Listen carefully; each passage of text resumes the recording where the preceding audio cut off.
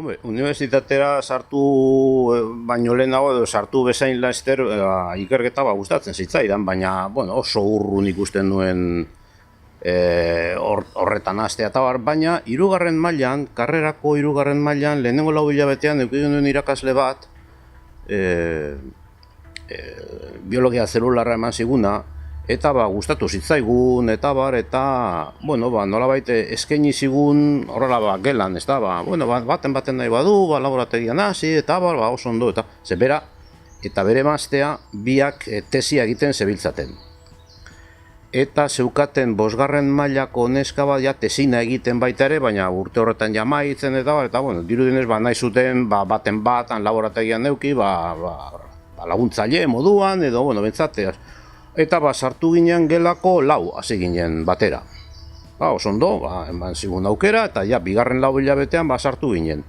Eta bareekin zebilen lanean bera, tesia egiten histologian, mikroskopio elektronikoarekin, eta horrela.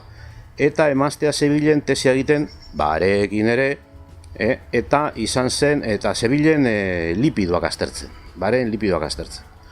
Orduan, ja, sartzen zara hor, andra gizonak, biak bareekin, 2 laborategitan eta hor, gu sartu berriak, eta bueno, hemen zertaz ikertzen da, bareetaz.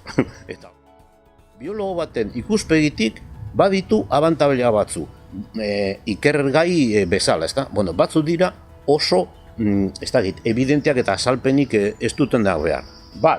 Bueno, ikergai bat, behar badozu, izan dadila, basatia, claro, zaguekin, zago zuriekin lan egiten baduzu, orduan ez duzu behar, ez da? Baina bestela, animalia basatiekin egiten baduzu lan, nahi duzuna da, ugaria izatea.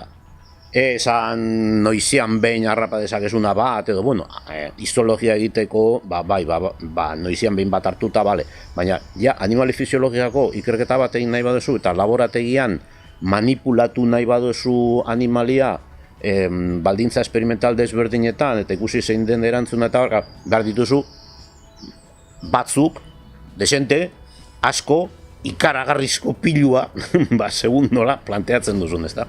Eta orduan, abantaila ugaria da, denok ezagutzen dugu. 2, nola da, tamainaz, da hemengo ornogabe lehortar handiena. Hortik hori, eta gero, bueno, alako batzu, ugaria dela, gero, tamainuz handia, urtebete bakarri bizi da. Eta gara, urtebete bakarri bizi da, esaten duzu, baina, arrautzak errun, eta handi denpora batera, ateratzen da baretxoa, baina irtetzen den baretxoak ditu 30 miligramo inguru. Baina, klaro, topatzen duzun bare mamitzua 30 gramo pisatzen dituena, esaten duzu, bere pisua, jaiotzako pisua 2.000 egin du. Baina 2.000 egin du 8 eman dezagun 10 hilabetetan. Orduan, horrek esan nahi du, ume jaio berri bat 3 kilotako umea, osea, handi 8 hilabetera, elefante gazte baten tamainokoa daukazula, 3 tonakoa. Baina bareik daukatena da, ia gardena da, baina da urdinska. Zuk epintzen baduzu leku batetan, saiodi batetan edo batzen baduzu hemolinfa, baren, nola da, odola, arnaz pigmentu moduan, orduan horrek esan nahi du, oksigenoa garraiatzeko erabiltzen den pigmentua, hemoglobinan gure kasuan burdina da. Eta denok ikusi dugu burdin erdoildua. Eta, hartzen du kolore gorrizka edo marroizka edo lakoren bat. Aldiz, bareek eukibiarean burdina daukate kobrea. Eta kobrea urdina da.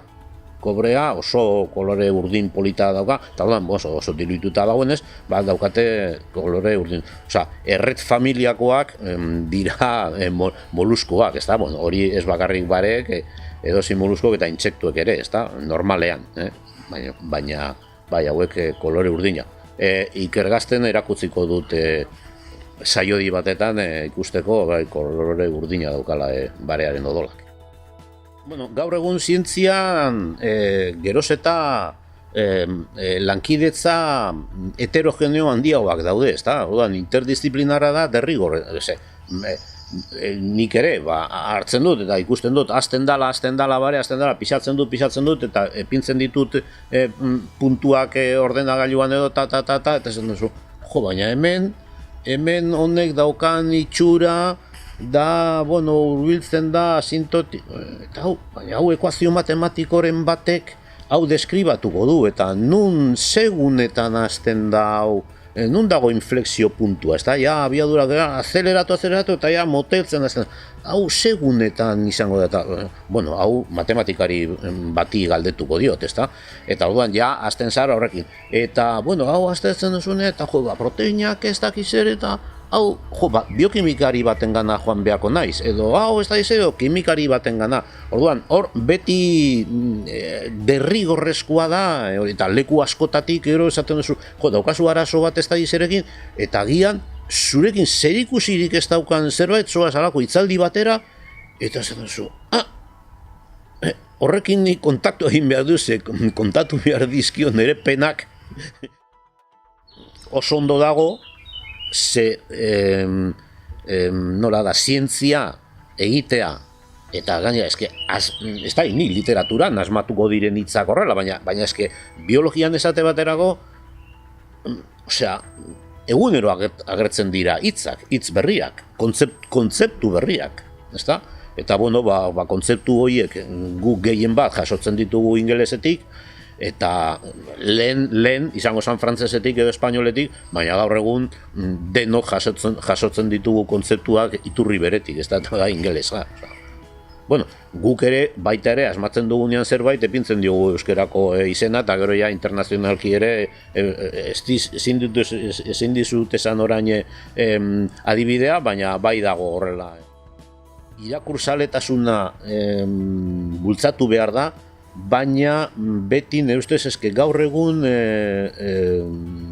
gizarte informatu bat izan behar da, eta gizarte informatu horrek jaso behar du bere hizkuntzan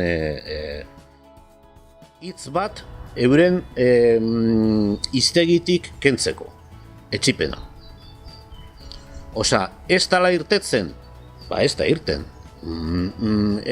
Saiatu eta ikusten moduzu hortik ezin duzula aurrera jarraitu, ezin duzuna da zure ikerketa zaletasuna alde batera utzi edo bota eta esan beste gauza batera dedikatu nahi. Beste gauza batera, bueno, izan daiteke, bueno, barekin enoa inora ere ez, noan beste animalea bat gure kasuan antxoarekin, edo egaluzearekin, edo ez dakit beste zerbaitekin, baina ikasteko gogo hori, osea, beti umetan daukagun jakin min hori ez galtzeko.